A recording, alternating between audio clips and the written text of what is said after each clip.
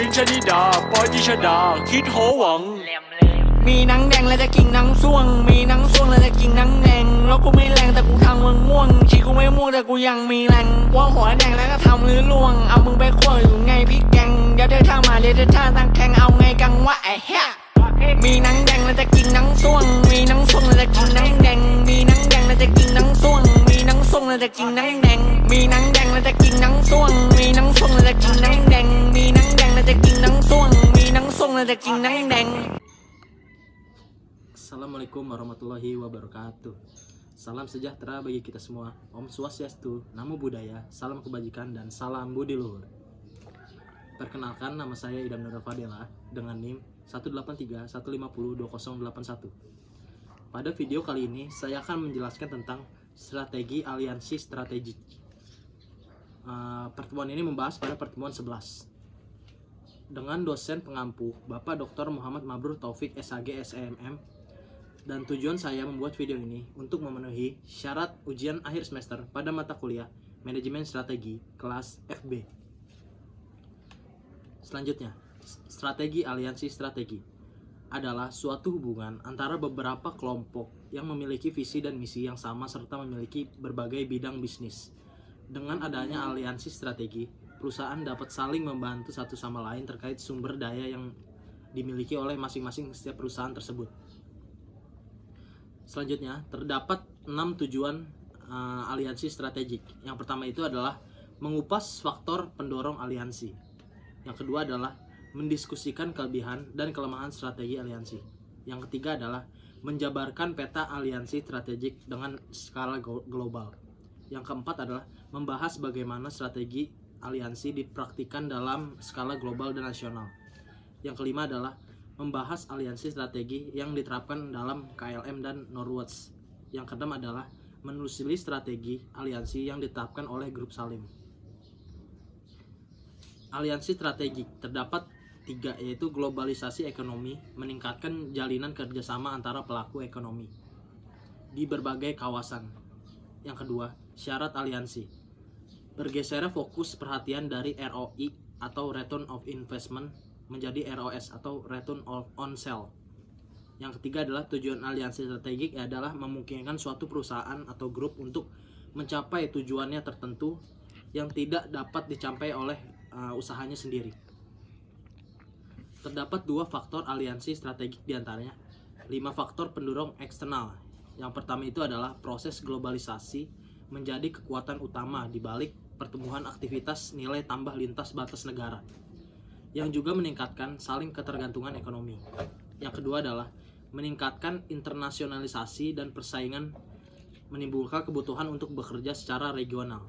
Yang ketiga adalah perkembangan teknologi yang cepat, siklus umur produk yang lebih pendek, dan dikenakan biaya litbang mendorong perusahaan-perusahaan untuk mewujudkan riset bersama dan berbagai sumber daya yang sangat langka. Yang keempat, munculnya pesaing baru dalam bisnis tradisional memaksa perusahaan yang ada untuk membina hubungan dan memperluas jaringan yang erat. Dan yang terakhir, pergeseran dari produk menuju kompetensi memaksa perusahaan keluar dan mencari pengetahuan yang saling melengkapi dan kompetensi yang baru. Selanjutnya, faktor pendorong internal. Ada 2, yaitu adanya kebutuhan untuk bekerja sama dan fleksibilitas. Kompetisi ini dan juga insentif yang berasal dari otonomi pada waktu yang sama, memanfaatkan sumber daya yang saling melengkapi bagi pembelajaran dan efisiensi. Yang kedua adalah motif dan tujuan dibentuknya aliansi strategik, meliputi teknologi, knowledge, aset finansial, persaingan, akses dan segmen pasar, akses terhadap input dan output, dan pengalaman manajemen, sumber daya dan kapabilitas yang dilengkapi. Kelebihan dan kelemahan aliansi. Kelebihannya itu adalah akses terhadap akses perlengkapan. Yang kedua adalah kecepatan. Dan kelemahannya itu adalah kekurangnya kontrol, membantu persaingan potensial, kelangsungan jangka panjang yang dipertanyakan, dan terakhir sukar mengintegrasikan pembelajaran. Peta globalisasi aliansi strategik. Aliansi strategik dalam skala global dikategorikan menjadi yang pertama, aliansi patungan atau aliansi joint venture dengan citra mitra kerja atau partner tetap sebagai badan usaha yang terpisah. Yang kedua adalah aliansi khusus fungsional strategic alliance dengan ciri tidak terjadi pemisahan badan hukum dan aliansi terbatas pada suatu atau beberapa fungsi khusus tertentu. Perbedaannya aliansi joint ventures dan functional specific competition alliance yaitu adalah yang pertama, badan hukum terpisah dengan atau kadang-kadang tanpa kontribusi yang secara ekuitas. Yang kedua adalah kerjasama dapat terbatas pada suatu fungsi dan mencakup fungsi yang luas. Yang ketiga adalah bagi partner untuk bekerja sama dalam suatu produk atau segmen pasar tertentu, sementara pada saat yang tetap beroperasi sebagai pasar di pasar yang lain. Nah, untuk fungsional spesifik kompetisi alianse yaitu badan hukumnya tidak terpisah, kerjasama terbatas pada suatu atau sejumlah fungsi tertentu, misalnya dalam bidang litbang, persetujuan distribusi silang, persetujuan literasi atau lisensi silang, persetujuan kerjasama manufaktur, dan joint binding. Aliansi strategik KLM non-words, jenis elemen aliansi patungan KLM non-words beserta contohnya yaitu jenis kemitraan, kesepakatan patungan namun tanpa badan hukum yang baru. Yang kedua adalah kontrak jenis perjanjian, kontrak Everent yaitu tahun 2010 sampai 2007, maka dapat membatalkan aliansi tersebut dalam pemberitahuan dalam jangka 3 tahun. Ketergantungan, KLM dan Northwest masih saling perusahaan yang saling tergantungan dan juga kadang terpisah. Mengurangi ketidakpastian, tercapainya target transatlantik. Selanjutnya minat umum keduanya dalam pasar yaitu sama, koordinasi dan pelaksanaan penuh dengan perjualan bersama, fokus aktivitas yaitu penumpang dan usaha kargo, pengaruh yaitu komitmen dan pengendalian aliansi, dan terakhir adalah dampak finansial yaitu pembagian kontribusi pendapatan minimal 50% dan 50%. Aliansi strategik non KLM no worse yaitu pelajaran yang dapat dipetik dalam aliansi ini adalah fase formasi. Kedua perusahaan penerbangan mempunyai motivasi yang sama yaitu perluasan jaringan di seluruh dunia, perbaikan dalam pendapatan bisnis, dan mencapai suatu tingkat biaya yang secara kompetitif. Nah, yang kedua itu adalah fase operasi, yaitu variabel yang diperhatikan, yaitu secara yang pertama kontribusi mitra bisnis, yang kedua itu adalah pengendalian, yang ketiga adalah wilayah yang rawan akan konflik dan hubungan dengan kontribusi mitra kerja yang saling bergantungan dan saling secara pengendaliannya bersama. Dan yang terakhir adalah peranan komunikasi dalam aliansi. Dan yang terakhir adalah fase evaluasi. Kedua perusahaan sangat optimis dan memandang positif aliansi ini. Kedua perusahaan itu juga menyatakan bahwa mereka memiliki komitmen jangka panjang. Peta aliansi strategik Grup Salim. Nah, ini adalah contoh dari aliansi strategik, yaitu peta aliansi bisnis Asia Tenggara dan Asia Timur tidak sekedar hanya didorong oleh motif ekonomi, namun banyak juga diwarnai dengan motif membina hubungan khusus dan berbagai pengusaha-pengusaha politik yang ada. Nah, itu adalah yang kedua itu ada development stage, berjalannya mekanisme dan pasar, tetapi negara atau pemerintahan pada saat sama melakukan campur tangan yang aktif dalam perekonomian yang ada.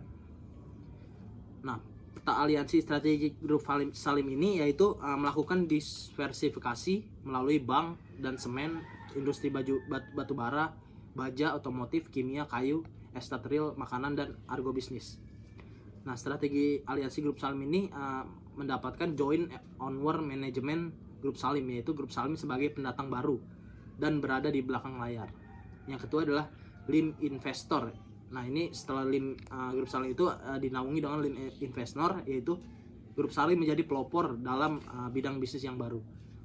Dan yang terakhir adalah strategi aliansi dikombinasikan dalam mendorong pasar, baik dengan strategi integrasi horizontal maupun integrasi vertikal. Nah, demikian pemaparan materi dari saya. Kurang lebihnya mohon maaf. Wassalamualaikum warahmatullahi wabarakatuh. Salam budi luhur.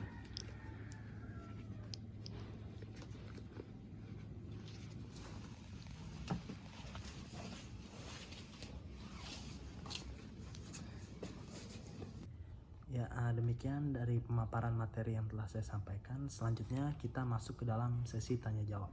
Nah, sebelumnya perkenalkan teman saya yaitu. Perkenalkan, nama saya Zafira Salsabila Marisda. Nah, mungkin dari Kak Zafira, dari pemaparan materi yang saya sampaikan, mungkin ada yang ingin ditanyakan? Baik, setelah saya melihat pemaparan materi dari saudara Fadel, saya akan mengajukan 3 pertanyaan, yaitu yang pertama, apa saja 3 faktor tujuan dari aliansi? 3 faktor tujuan dari aliansi itu yang pertama adalah mengupas faktor pendorong dalam aliansi. Yang kedua itu adalah mendiskusikan kelebihan dan kelemahan strategi aliansi. Dan yang terakhir itu adalah menjabarkan peta aliansi strategik dalam secara global. Baik, pertanyaan saya yang berikutnya yaitu, apa saja fase dalam aliansi? Fase dalam aliansi itu terdapat 3, yaitu yang pertama fase formasi.